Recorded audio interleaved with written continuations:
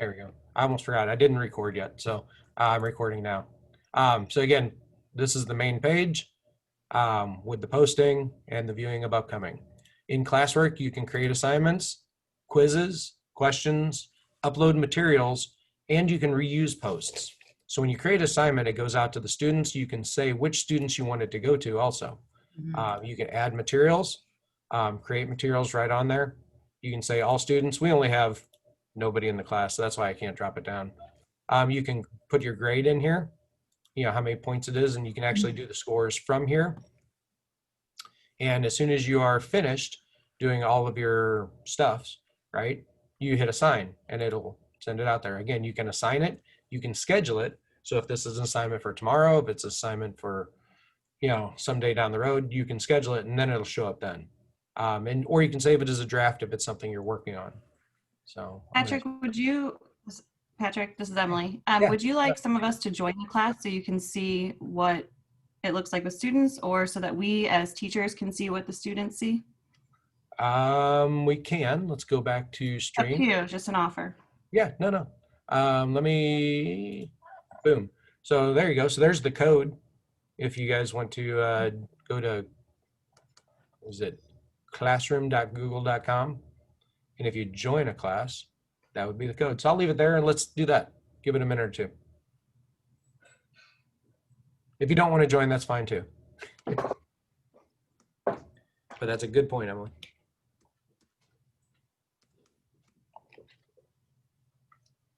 And again, as we go on, some of you who have been using it for a while, feel free to pop in and, you know, give us those comments on, hey, did you know you could do that too? Because we're all here to learn, including me.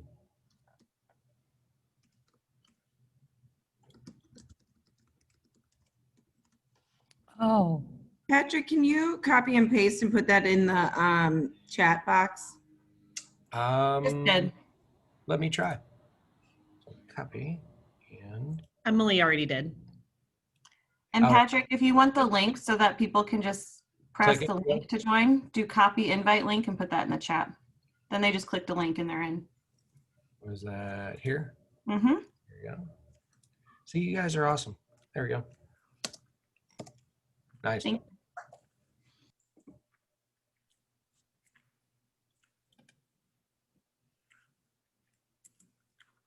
I'm going to skip over to people so we can kind of see who's joined in.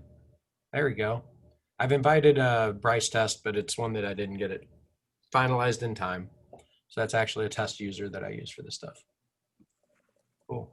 And I love the chat, so let's keep that chat going because you guys are doing awesome there, helping each other on there too.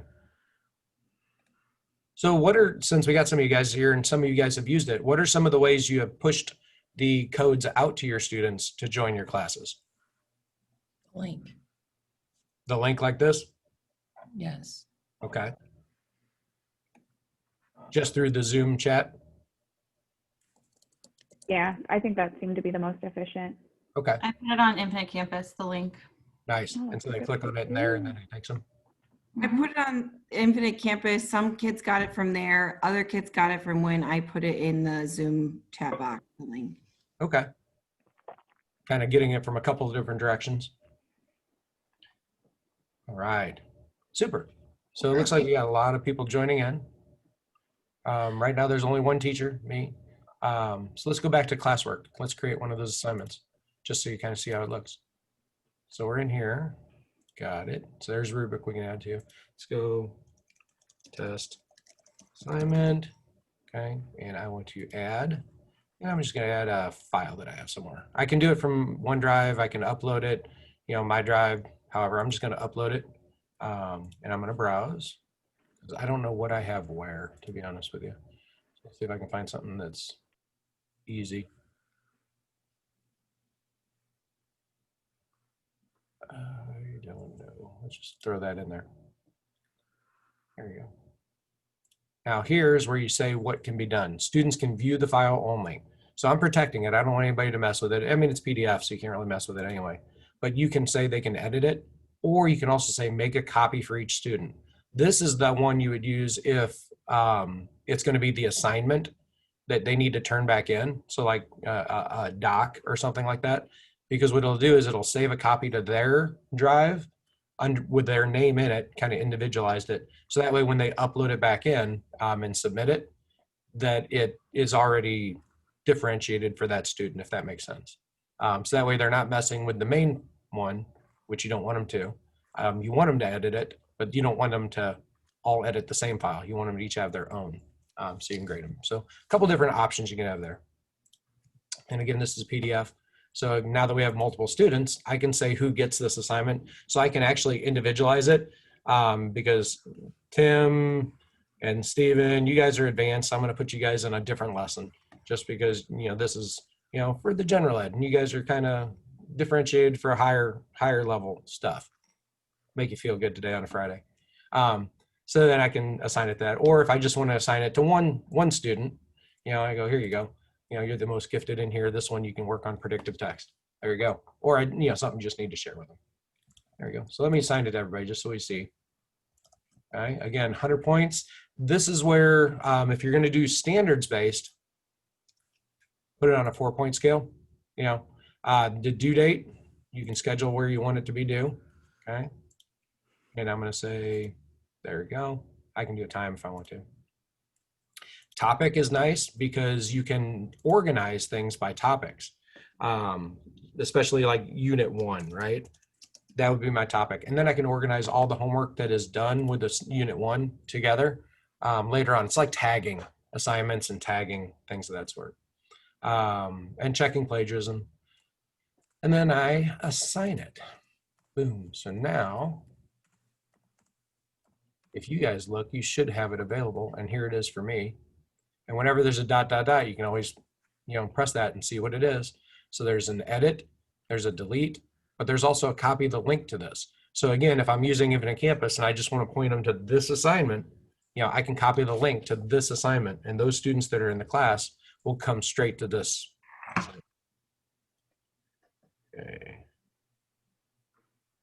So yes. So Laura Porter noticed that Infinite Campus now has Google in there. I did that the other day. We just did it, so we have not had a chance to test it. So if you're using that, just be aware it has not been tested. I think it works. Using it at this point, and it does seem to work out really well. Does it? Yeah, and so like I have how-to videos and all these like walkthrough tutorials that I added. And I was able to add 5 of them for the students' little section. Yeah. And then you can't like connect your actual assignment, but if you go to like the 3 little dots in the top right corner of each assignment that you have up there, like right where you're at on your screen, Yeah. Patrick, Yeah. and you copy link, you can hyperlink that into your instructions. And so when you put that into your instructions for students, when they click on that, it'll take them directly to that one assignment. Yep. Which will be nice if you want to focus them down just to that, right? So they can kind of see, because you gave them all the stuff that they need. So it really kind of helps. So awesome. Cool. So that is the assignment right there. So now that I said that, I come over here to grades. All right. So next, got it. Again, this is the first time. So here's my assignment. Okay. And here's all this people. And if you turn something in, I can see, I can view the submission, where it shows what's in there. No files are attached. So I can give you a grade of a 0 because you didn't do it. No, I'm just joking. I wouldn't do that to you. I don't give zeros. There you go. So that would be there. And when you're done with it, again, it popped it out to a new tab. Boom. And then it just takes me back. So those are the grades right there. If somebody does assign something, you can kind of see it. Edit and delete if you need to edit and delete the assignment that's in there. Now, again, since this does not link up to Infinite Campus, and it probably won't this year, there's a webinar next week that I'm going to watch. But to link it up might actually blow up everything you guys have already done. So I don't think we want to do that. So let me watch the video and see how it can connect and if that does that. And we can do it. Emily, look at you. So she's already put something in here, I think. Well, let's see. View the submission. Because now that there's a submission in there, right? There it is. I deserve a 0 on this. Again, no, I don't give zeros. You can do better. So I will just return it back to you so that you can make it better, right? I can give you some feedback, right? Just like focus more. It's like work harder. You love those comments, right? if I could work any harder, I would be doing it. But there you go. So again, I posted it. And so now I can grade it, things of that sort.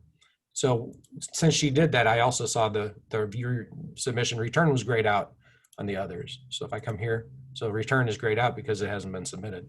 But on this one it has, so you can just automatically return it if you want. Cool. All right. Patrick, I had some trouble with students. I would assign them something to make correction or, to complete. Okay. And I had them submit it. And we struggled to find the turn in button. Thankfully, my whole class would troubleshoot, but I thought all the time the turn in button was at the top right-hand corner. But for some students in a class, it's there. And for some students, it's not. I'm Gotcha. not sure the difference, but students found that if they went back to the ClassWorks page, Yeah. and they clicked on view, click on that. And then at the bottom, it says view assignment. It's going to look different for you as a teacher. Yeah. Because that's what I see. But for the students, I just did it on yours. I could click on view assignment and then it allowed me to turn it in. Ah, I okay. don't know if anyone else is having that trouble, but that was like, that's why this week we didn't really do any content stuff. It was just like, hey, let's do some stuff so you can figure out this platform type And thing. that's 100%. And that's one of the things I've actually heard from a couple of parents is since you guys aren't really familiar with Google for a lot of you guys, right? We're learning it together. The kids aren't either. So we had some parents who had students that were trying to find their file that was in their OneDrive to be able to upload. And that was just giving them fits. So kind of remember that as we're learning this, so are the kids. So try to have, like you're saying, learn the landscape of it. Figure out how it's going, figure out what we're doing together. And, we can start working on the content as we go once we get the process down. So that's a great point. It's going to take a while to learn the landscape, and different browsers also show it differently. So I'm showing you in Chrome because it's Google, and Google obviously wants its own stuff to work well in its own stuff. But if you use Edge, it might look a little bit different. If you use Firefox, it might look a little bit different because I know they don't use the same menus structure like this. It might just always be there. I think in Edge, it's always there. Whereas in Google, it likes to hide it. Same thing in Infinite Campus. It shows the same way that way too. And if Tessa, to back up what you were saying, my daughter uses Google, so I've got the student training end, which has been very beneficial. So if they close out of it on the page, like at the top where, they have all the Google stuff pulled up, if they have the assignment pulled up, it's another tab. If they go back to that first tab, or they can just turn it in there too. It'll show up as turn in the right-hand corner. So if they would accidentally close out, they don't lose anything. They can still go there, just go right back to that tab. So that's another way to show them to do it. Nice. Yep, that's good stuff right there. Yeah, those are the big things helping each other out with this stuff because there's different ways to see it, so those that have more experience, I appreciate that. So awesome. So that's pretty much the classwork, and where you tab things and rename, the different assignments, things there. Say you wanted to create a quiz. What that does is it kind of pulls up the Google Forms, content, and you can make a quiz in Google Forms. Right? And you can click on it, it opens up the tab, and now you're in Google Forms making quizzes inside here. So it's, the different types of things. It's a little more, well, actually, it's a lot more than the Infinite Campus quick assessment, but it's intended to be, right? You have different ways to do it. You can upload files into the questions if you want them to use a picture or video or something of that sort.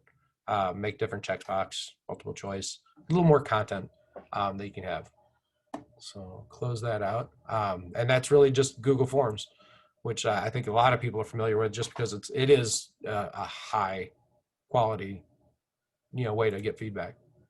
I have a question, and I don't know if this is the right time to ask it, but if I upload a PDF like yours into the document and I want them to be able to respond on it, do I have to put text boxes on there where I want them to answer? And how do I do that?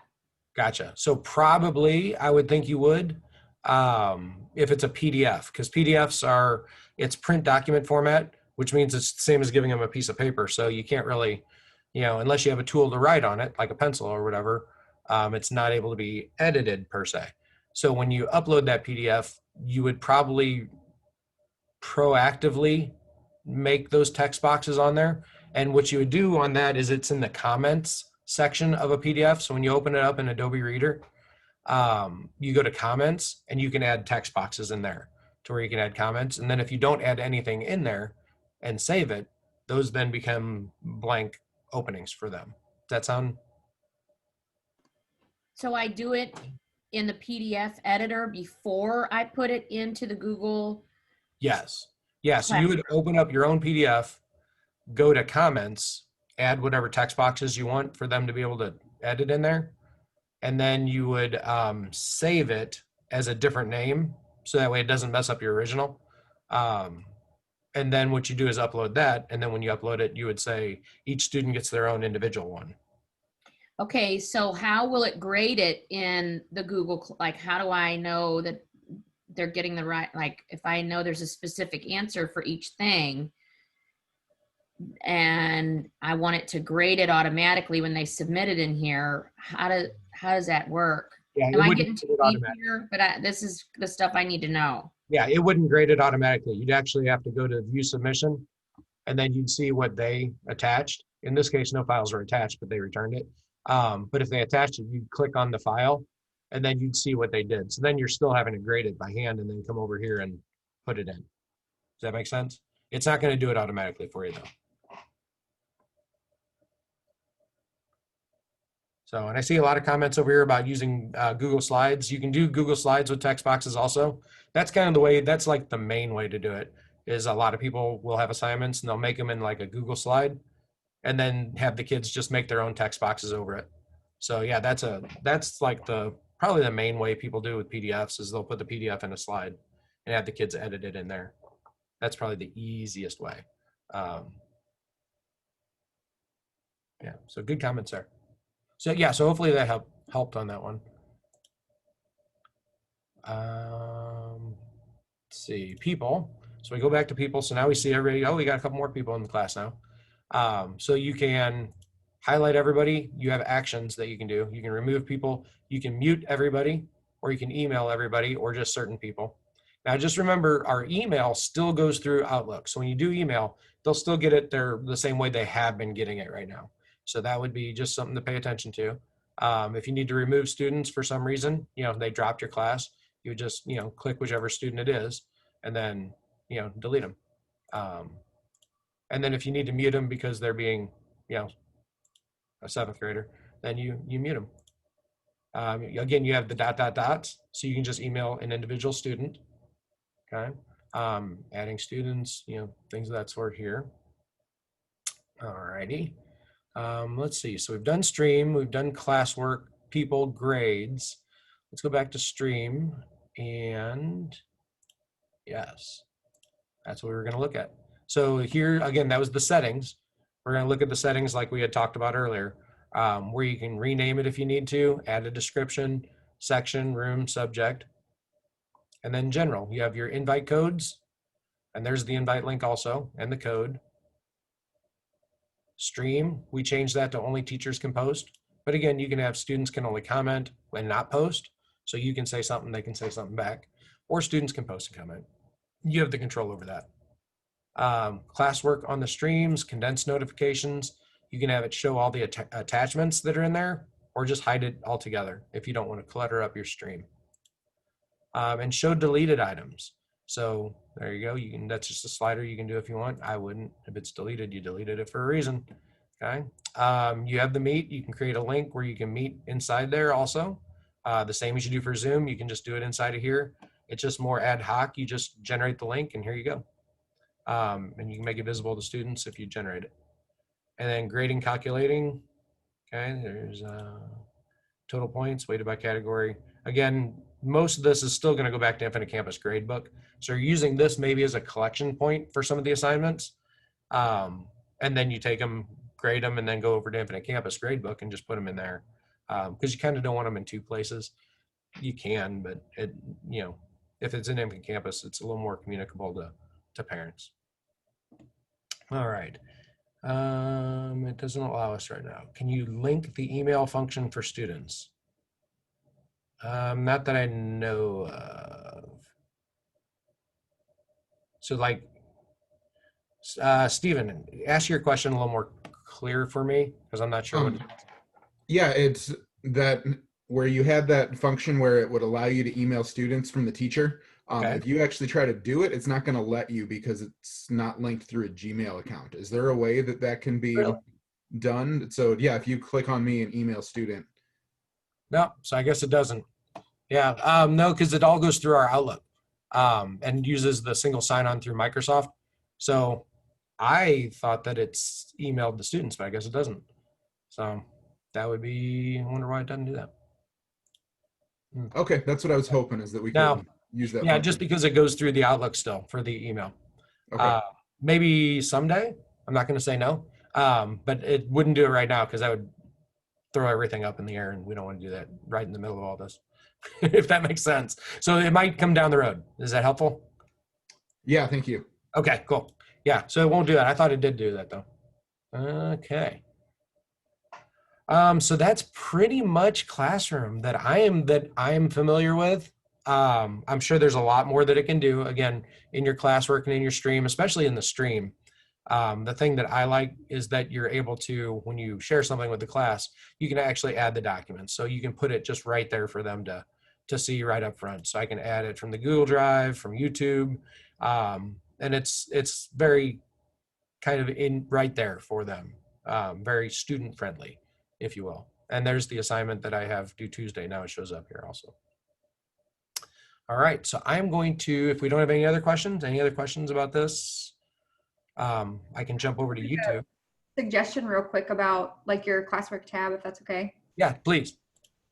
Whenever you guys are putting everything in, I personally would always suggest to add a topic whenever you start to create things, because if you don't, then it's just going to be one long stream.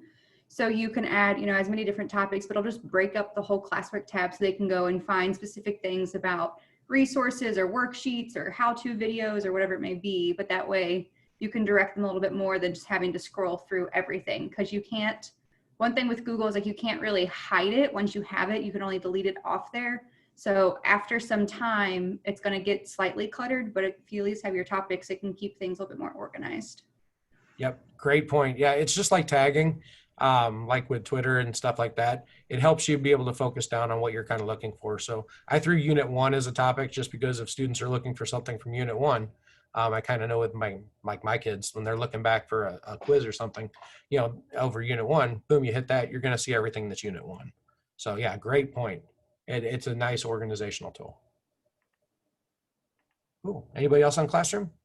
Tips or tricks that any of you guys have used that are helpful? I have a quick question. If a student's schedule changes and they move from like one class period to another, if we have our Google Classroom set up for each class period and then we take them out of one and put them in the new one, does the previous work that they had done come with them into the new classroom, or is that kind of lost as they transfer? Good question. I'm not familiar with that. Anybody who's used it in the past know the answer to that?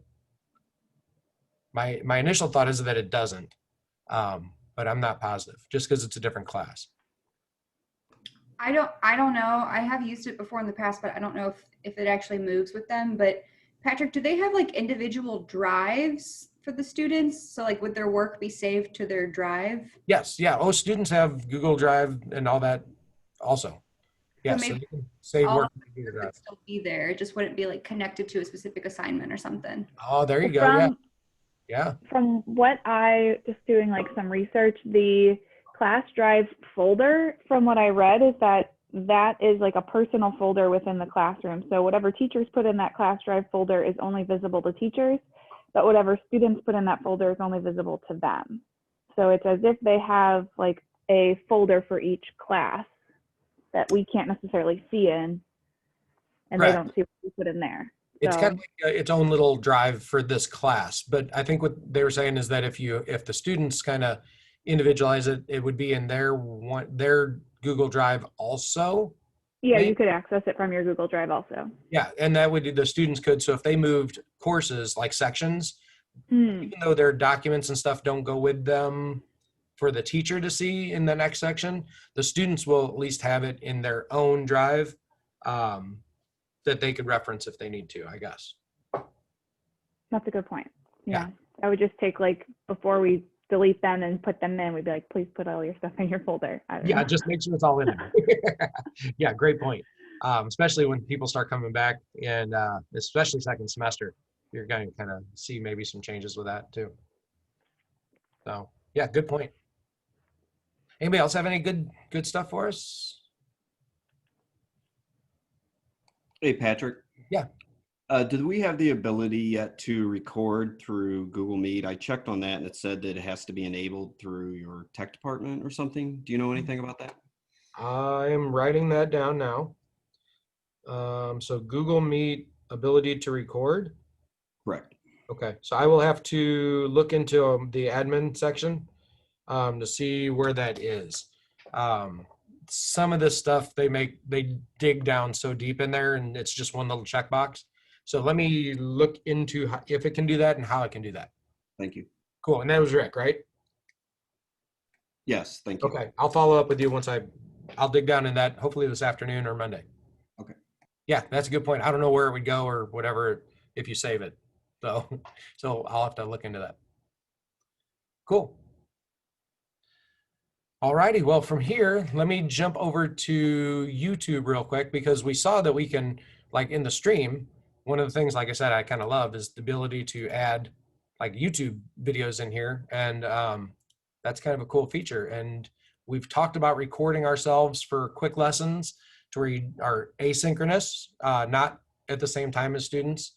So if you go to YouTube, you do have the ability to upload your videos and stuff into YouTube. So as you have a Google account, you also have a Google channel or a YouTube channel that you can work from. So as you're in here, you have your 3 lines, which opens up your menu over here. Okay. And then I'm going to click my videos, because it's right there. There's different ways to get here, right? Totally different ways. Here's some of the different videos that I've created already for some of the stuff we put out there. And generally it goes through your YouTube channel, your studio. So I'm going to click on the studio. There we go. So this is like our dashboard of what we have. So here's some of the videos that, and rankings, if you want to see any of the analytics on your stuff. You click on your videos tab, you can see the different videos. Are they public? Are they private? Because you have the ability to toggle between if it's something you want to make private. You can do that as well. You get a link to it, a shareable link, and that's what you would put into the classroom. So if I like on this one, which one is this one anyway? Gradebook assignments, that's the one Zach just did. All right, so I take that, I want to get a shareable link. I come back over here to technology test. Let's see, add a YouTube video. Is it going to make me put in a link? Let's see if I can just paste this in here and see if it'll find it. Look at that. Click on it, add it, right?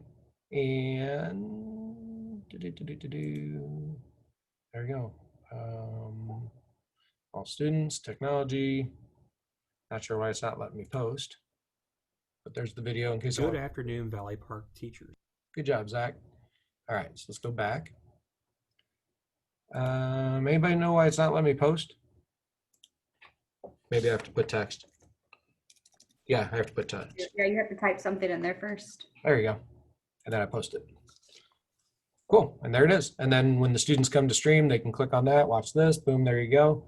On Independent Day Fridays, that might be something kind of cool.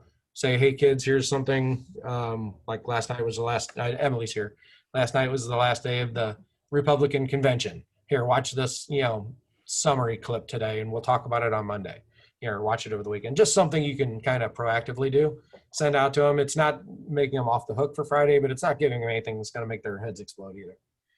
Unless they really don't like the Republican National Convention. Who knows?